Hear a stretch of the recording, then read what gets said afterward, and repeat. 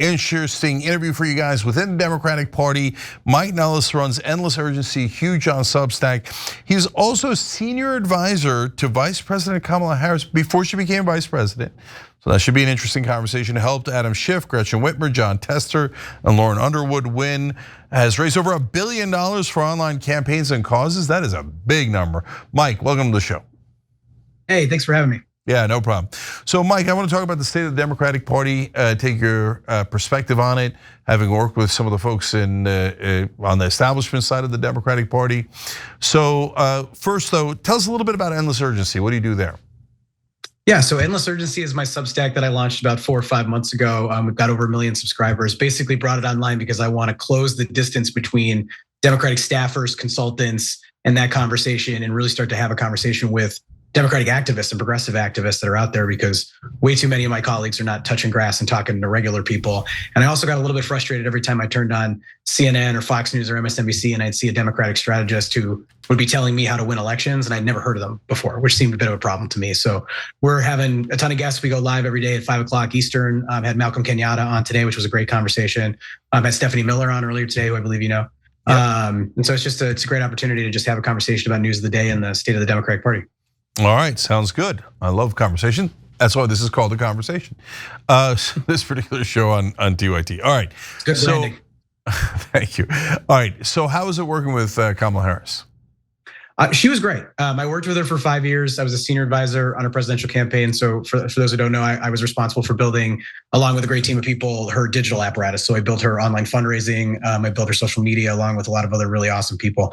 She was, in my opinion, one of the nicest, smartest people that I ever worked with. She was tough. I used to joke with people, if you've ever seen the clip of her grilling Jeff Sessions when she was on the Senate Judiciary Committee, that was the only time I found him relatable, because I knew what it was like to kind of come in and do my quarterly digital report and have her ask like the right tough questions and see right through any BS I put in the report. But she was really great. And I think she's an incredible leader. And I was a better business owner and strategist and human being for the time I got to spend with her. Okay, that is very complimentary of her. I have a slightly different opinion of her, but that's partly because she lost the election. So if she was that good a leader, why did she lose, Mike? Well, she was put in the worst position of any presidential nominee in American history. And I'm not gonna sit here and tell you that she ran a perfect campaign. I think when you hear people who say that, they're ridiculous. But she had 107 days to run a campaign. She was put in a terrible position by Joe Biden and his inner circle. I think what the biggest mistake that we made, if you look at the 2 times we lost to Donald Trump, it was because we didn't have full, vibrant Democratic primaries. And I worked for Bernie in 2016 and was very proud of the campaign that I got to be a small part of. But we should have had a much more vibrant Democratic Party then, because we would have, one, nominated a better candidate, which isn't to say that Hillary Clinton wouldn't have won that primary or that Kamala wouldn't have won in 2024. It's just that going through that primary process makes you a stronger candidate, builds you a stronger campaign. And if you don't rise to the moment, somebody else does, which I think sets the Democratic Party up in a stronger position. So that's what we need to make sure happens in 27 and 28. Yeah, I couldn't agree more with you that we need strong primaries. Although I don't believe Kamala Harris would have won a primary, but okay, let's talk about the establishment, because we say it kind of generically. And so to us in the progressive camp, I'm gonna say super loosely, but we're trying to have a conversation here and figure things out together. Kamala Harris, Joe Biden, half a dozen in one, 6 in the other. Like, I can't really tell the difference. So is there a difference, and what's the difference? Well, I think Kamala didn't get an opportunity to establish that difference. Also, if you read her book and if you listen to her talk about it, like, she didn't feel like she could separate herself from Joe Biden in the campaign. I mean, he put a lot of pressure on her. So I think if she had had more time, she could have done it. But you're right that we talk about the establishment in the zeitgeist. And one way that I kind of frame this for people is we do need a new generation of Democratic leadership. And you hear that with people shouting about Chuck Schumer and shouting about Hakeem Jeffries. And some of that is fair and some of it I think isn't. And we can get into all of that. But there's a broader generational issue that needs to happen in the party too, which is we need new talking heads. We need new influencers. We need new candidates up and down the ballot. We need new consultants. We need new staff. We need new legislators. And I think there's a staleness to the party that is permeating everywhere. And I describe it to everybody like this: like, when you lose to Donald Trump for a second time, we're basically living the early 80s SNL where Lorne Michaels fired everybody and you have to prove that you're Eddie Murphy. Otherwise you need to go. And I don't even know if I get to stay, to be honest with you. I'm not gonna presume that I do, but we got a lot of change that we gotta make, a lot of fixes. And it comes from the moderate wing of the party, the establishment wing of the party, the left wing of the party. It's all of us right now, because we all lost together. Yeah, but okay. So I can't help but say this. I'm just a quick tangent, and then I can get to the main point. You said she wrote in her book that she couldn't, get past Joe Biden because he'd be mad or something.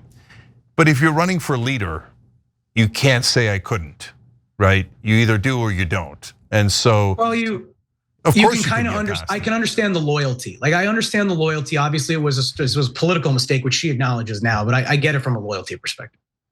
Okay, look, I love loyalty, but first of all, Joe Biden did not warrant the loyalty, and second of all, losing to Trump is a little bit more important than loyalty to a guy who was dementia riddled and decided to run anyway, right? Which was so incredibly arrogant and narcissistic. So, I mean, you burn your loyalty bridge when you pull something like that, in my opinion. Okay, but back to the main point.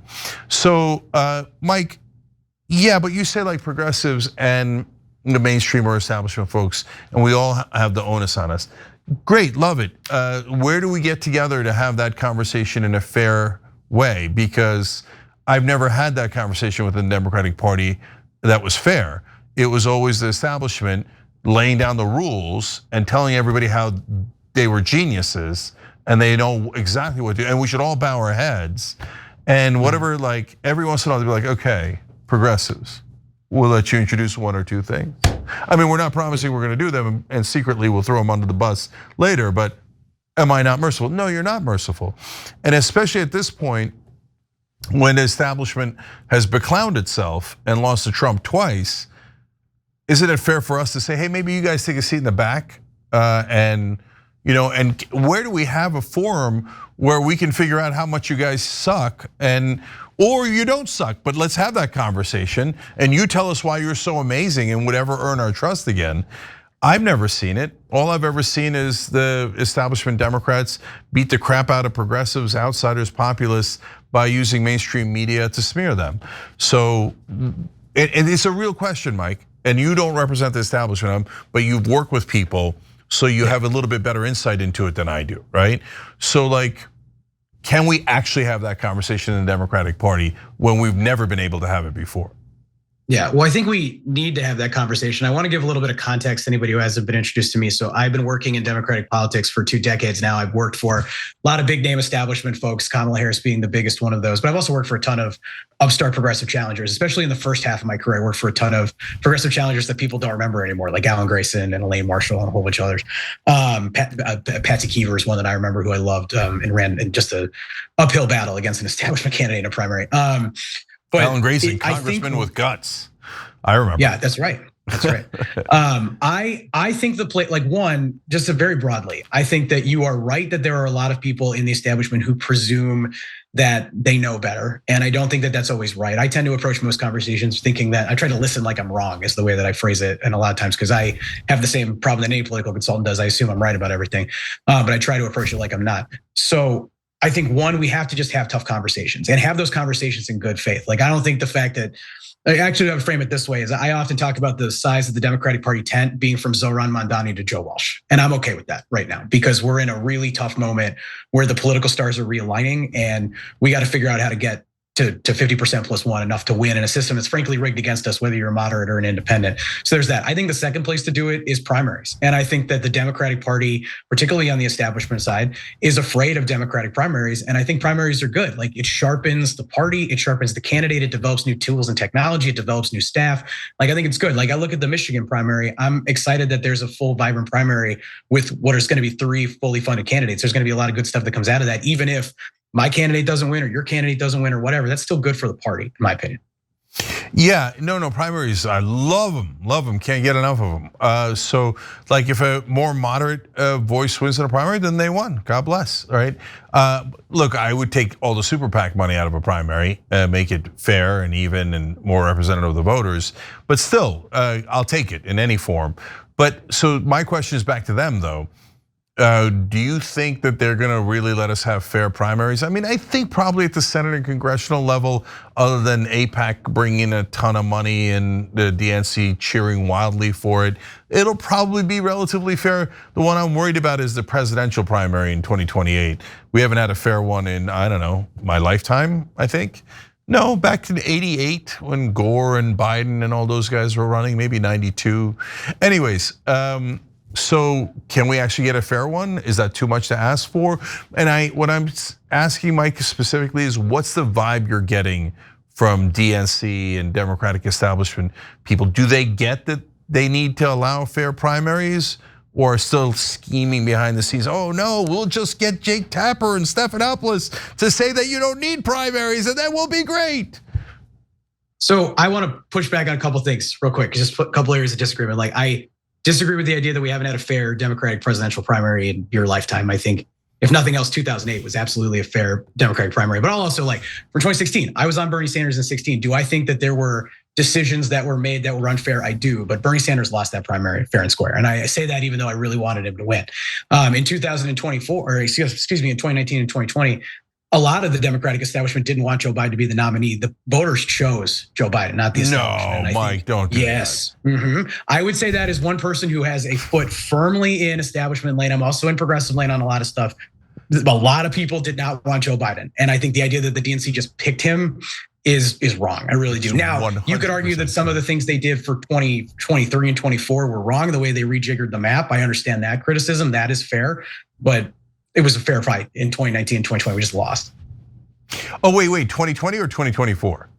2024, they moved the primary map so that it would be impossible to beat Joe, and that was wrong. Okay, all right. Oh, all right. Sorry, I misheard you. So first, no, I meant 19 and 20. It was like a lot of people didn't want Joe. Yeah. And we thought somebody else would be good. Like some people thought Pete, I thought Kamala, et cetera. But like we just couldn't. The voters chose. No. Okay, yeah. Then we largely agree. So first of all, when I say my lifetime, that's hyperbole. You're right. No, and 2008. Like, it turned out Obama was also establishment and they tricked us, but it's okay. It was a real primary. And I was on Obama's side and Obama won. And it was like, it seemed miraculous. And no, that was a real primary. So no, the real problems were in 2016 and 2024, right? I think 2020 was a relatively real primary. Yeah, no, totally real. Because they coalesced at the end. Right after South Carolina, Obama called everybody and said, get out of the race. We all have to get together behind Biden so the evil Bernie Sanders can't win. So that's Barack Obama's fault. That's Democratic leadership's fault. But that's politics. That's not unfair. That's not rigging anything. That's the same thing as like you brought up the super PACs, right? Like I would love to get super PACs out of primaries. I absolutely hate them. Like I hate that AIPAC spends so much money. I hate that crypto spends so much money. But like that's politics. And as people like to, I remember when Ro Khanna and a couple members of Congress were calling on the DNC to ban super PAC money in the primaries. The DNC can't do that. They don't have any legal authority to do that. They could pass a resolution saying you shouldn't do that, but they can't stop it from happening. My thing is the advice that I've given to others in the left, a lot of folks that you and I both know, is you're gonna have to come up with your solution to super PAC spending. In some ways, the way that Bernie Sanders does his fundraising distributively to other candidates is a bit of the answer to that. They just haven't been able to do it at the same scale as a lot of the big super PACs can. So if you want to win, you're going to have to solve for that because the FCC isn't going to do it, Congress isn't going to do it, and the DNC can't do it. Yeah, okay, two disagreements on this conversation. So on the super PACs, okay, I hear what you're saying about legally they can't say no super PAC, but they could say no, super PACs are disfavored. And so if you use a super PAC, you're going outside of our rules. It's not a law, but it's outside of our rules. And so the presumption should be that people should vote against you because you're trying to cheat by bringing in big money. And we know that when you bring in big money like that, you're gonna serve those guys. I've never seen anybody get money from a super PAC and not vote exactly as the super PAC wants them to vote. So I'm not interested in those corrupt politicians. And yeah, you're right, Mike. We might be able to do a rebellion, a revolution, et cetera, within the Democratic Party and get people to vote in the primaries and say vote against incumbents who take super PACs. It's very difficult. We'll have to do it without any mainstream media help because they'll be the ones attacking us.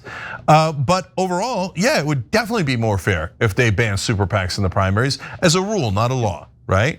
And then on 2016.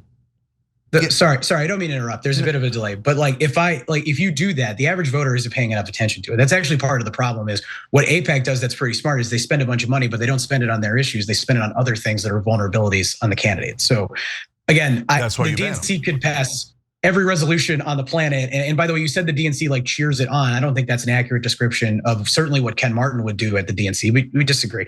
But again, the left, if they want to win these elections, is going to have to come up with an answer for that. Just the political reality of it. I don't quite have it. I've worked on plenty of races where I wish I had enough money for that candidate to have won. So like I feel you on this. Look, Ken Martin's a mixed bag, and jury's out on Ken Martin. And I know that in the past he has been on the side of, not trying to give the super PACs an unfair advantage. But the DNC before Ken Martin traditionally has been super PAC central. They love super PACs. And anytime you suggest that to just take him out of the primaries, you're not doing unilateral disarmament against the Republicans, they lose it. And the reason they lose it is because the people running the DNC are the ones who are corrupt. They're the ones who got there through politicians who take super PAC money. So that's why they're in favor of the corrupt. I mean, it brings us back to 2016, and then we'll go to the future again, but last thing on the past. In 2016, Mike, nobody rigged the votes, right? So people really wanted us to say that people rigged the votes and we wouldn't do it, and a lot of people got mad at us. I've never seen any evidence for that, so I'm not talking about that. But did the DNC egg on mainstream media to say that Hillary Clinton had this huge lead with the superdelegates when the superdelegates actually vote at the end and not at the beginning? So it's an optical trick to make it seem like she was the presumptive favorite. And did mainstream media all lie on her behalf in playing to that trick? Absolutely.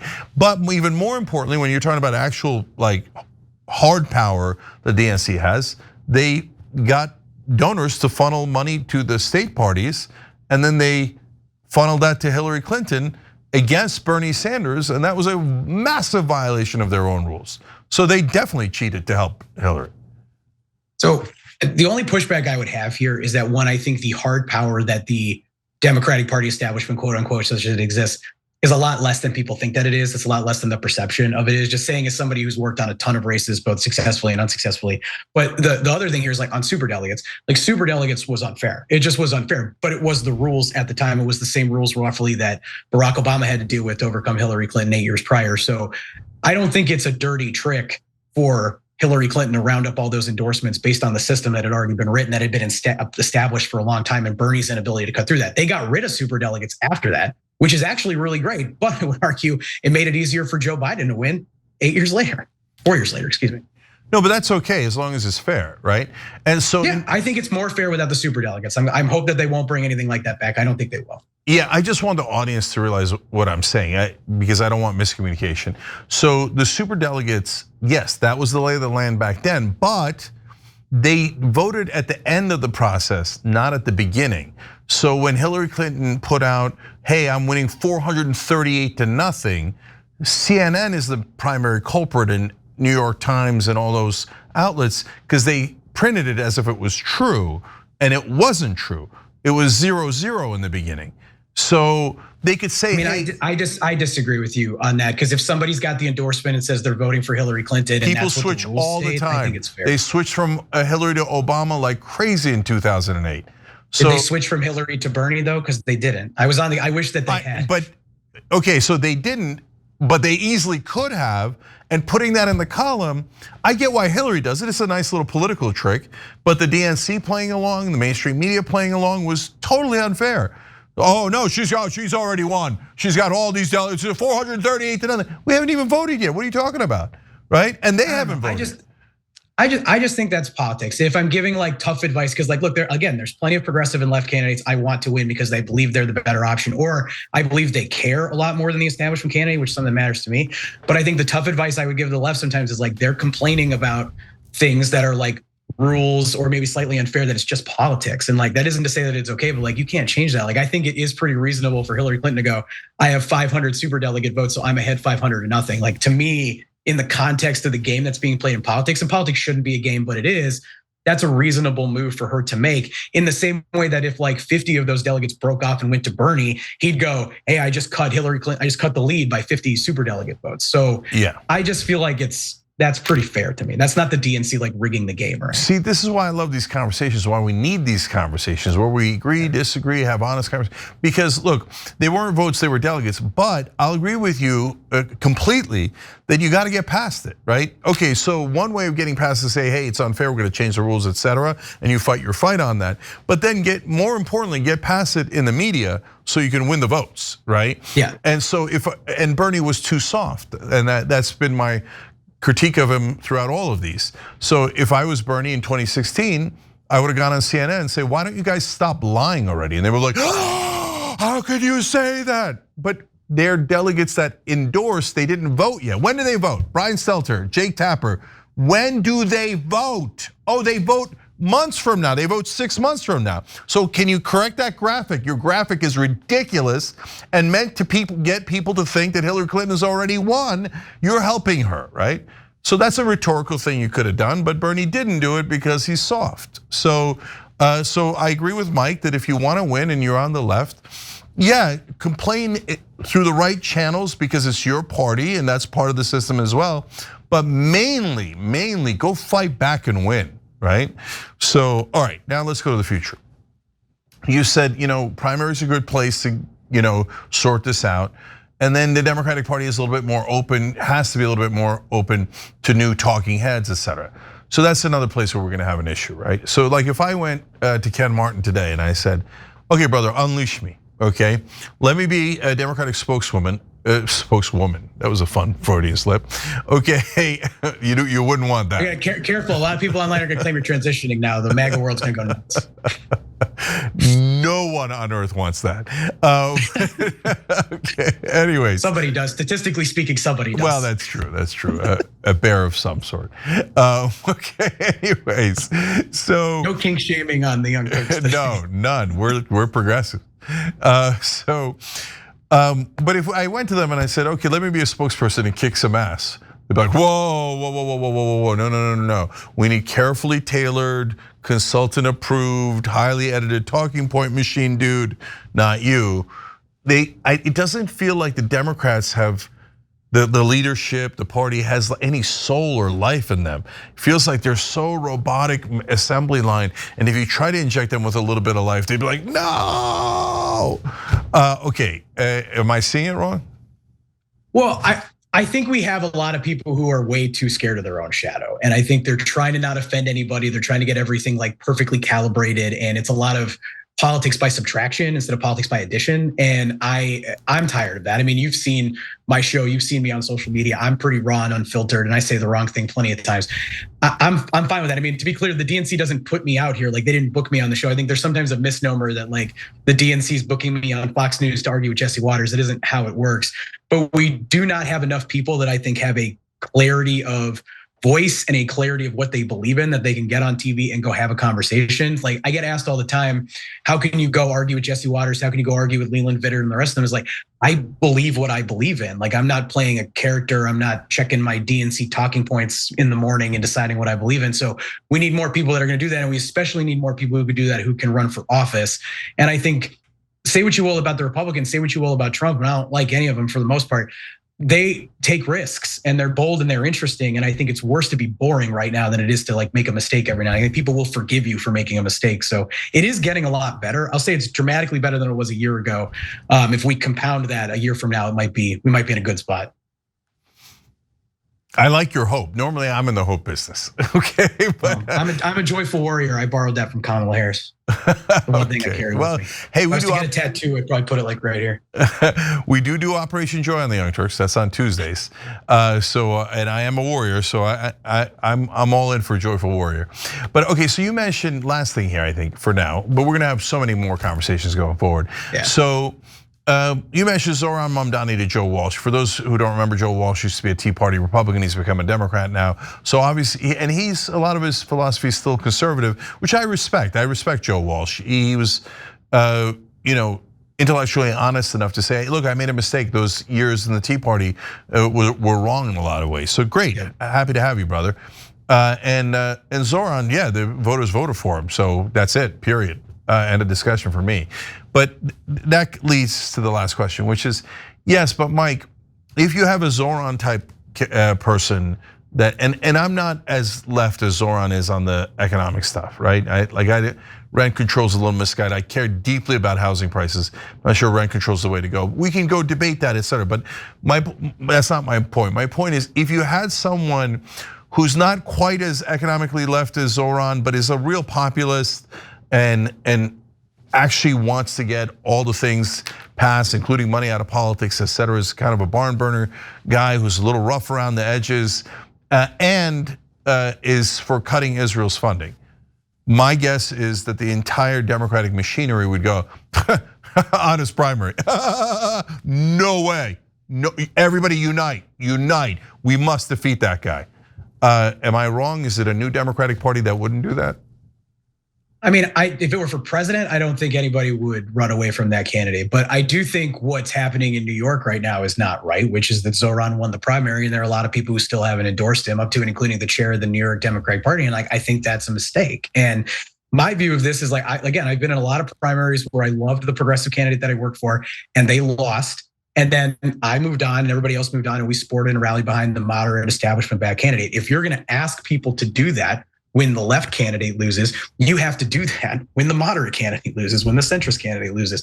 Otherwise, you create a permission structure that tells a lot of progressives, whoa, I'm just not, why would I get involved? I'm just gonna give up. It is more important to defeat the Republican, and in this case, it's more important to make sure that Andrew Cuomo doesn't get elected as mayor of New York City. So I don't think it's right for anybody to not be rallying behind it. And it's okay to say, look, I have disagreements with Zoran. I'm with you. I'm not as far to the left as Zoran is on a lot of issues, but I see the guy for the benefits that he's bringing to the race, the passion that he has, the energy that he brought a lot of new people into the party. That's nothing to sneeze at. So I want to win that race. So like I mean, I live in Chicago, so nobody cares what I think in New York. But like he has my support, and I think that's my responsibility as a Democrat. Like Democratic voters voted for him. Yeah, I couldn't agree more. So, okay, follow up to that last question. But any hint that they're getting it, because right now I'm not seeing it, right? And maybe they're not important, they being the DNC, Democratic Party leadership, establishment, et cetera. Maybe now, their stamp of approval might be counterproductive for you. But I haven't seen any clue or indication at all that they understand the new populist era we're in. Because the minute Zoran won the primary, like to your point, they were all like, hell no, we never meant unity, we're back to totally lying. So the minute we win, we demand complete obedience, but you win, none of us are gonna support you. Like, so to me, when I see that, I go, okay, they haven't learned a single thing. Am I missing it? Is that just an exception? And there's a separate clue out there that leads us to believe that they get it? Because right now it doesn't look like they've learned anything. I mean, I think this situation in New York right now is a little complicated. I've called it like, when you grab a tangle of cords and you're like trying to unwind everything. Like I think that's what's happening right now. So I think they're meeting, they're talking, they're figuring stuff out. Like Kathy Hochul, the governor, endorsed Zoran. So I think you'll see it get better over time. But again, to my first point is, if you're gonna expect the left to rally when the left candidate loses, which I think is the right thing, and I have personally done and encouraged people to do over the years, up to and including when Bernie lost for Hillary, I got behind Hillary with everything that I had. You've got to do that when you lose too. And otherwise you lose your high ground on that, and it's wrong. And the truth is, like, Zoran Mamdani can win in New York City in the exact conditions that it happened, when there's a lot of specific things, but he couldn't win in like my hometown of Omaha, Nebraska. Like he would not be able to get elected there. So you need a different kind of Democrat to get elected there, and that's fine. Yeah, of course, there's different candidates for different races all across the country. Yeah. Somebody with my thoughts on gun control is not gonna win in the middle of Kansas or Montana. It's just not gonna happen, right? Especially if they emphasize that and they run on that, right? So you gotta let people run their own races. Totally agree, but unfortunately leadership does not. Okay, everybody check out Endless Urgency, and you kind of should have endless urgency. So the times require it. So Mike Nellis, thanks for joining us. Great conversation. Look forward to doing it again. Thank you. Thanks for having me.